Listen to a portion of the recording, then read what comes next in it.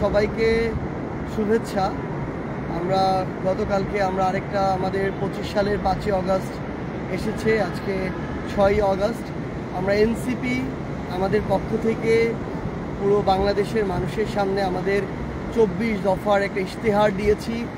এই 24 দফার ইশতেহারে 21 নম্বর যে দফা, সেখানে ছিল যে জলবায়ু সহনশীলতা এবং নদী ও সমুদ্র রক্ষা। বাংলাদেশের আমাদের যে সমুদ্র সীমা, এই সমুদ্র সীমা কিন্তু এখন আমাদের যে ল্যান্ডের যে সীমা এর কাছাকাছি প্রায় সমপরিমাণ। সো আমাদের একটা বিশাল অপার সম্ভাবনার জায়গা হচ্ছে আমাদের এই সমুদ্র।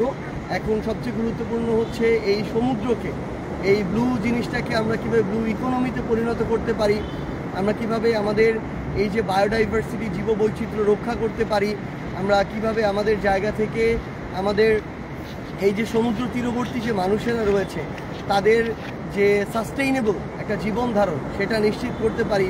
কিংবা আমাদের খুব স্বাভাবিকভাবেই আমরা দেখছি যে গ্লোবাল ওয়ার্মিংয়ের কারণে সমুদ্রপৃষ্ঠের যে উচ্চতা সেটা বৃদ্ধি পাচ্ছে, পৃথিবীর তাপমাত্রা বৃদ্ধি পাচ্ছে। তো এর ফলে কিন্তু আমাদের সমুদ্র উপকূলীয় বিশাল একটা জনগোষ্ঠী অদূর ভবিষ্যতে, আমরা যেটা প্রত্যাশা করি না তেমনটি হতে পারে যে সেই আমাদের ভূমিগুলো কিংবা বসত বাড়িগুলো সমুদ্র গর্ভে চলে যেতে পারে।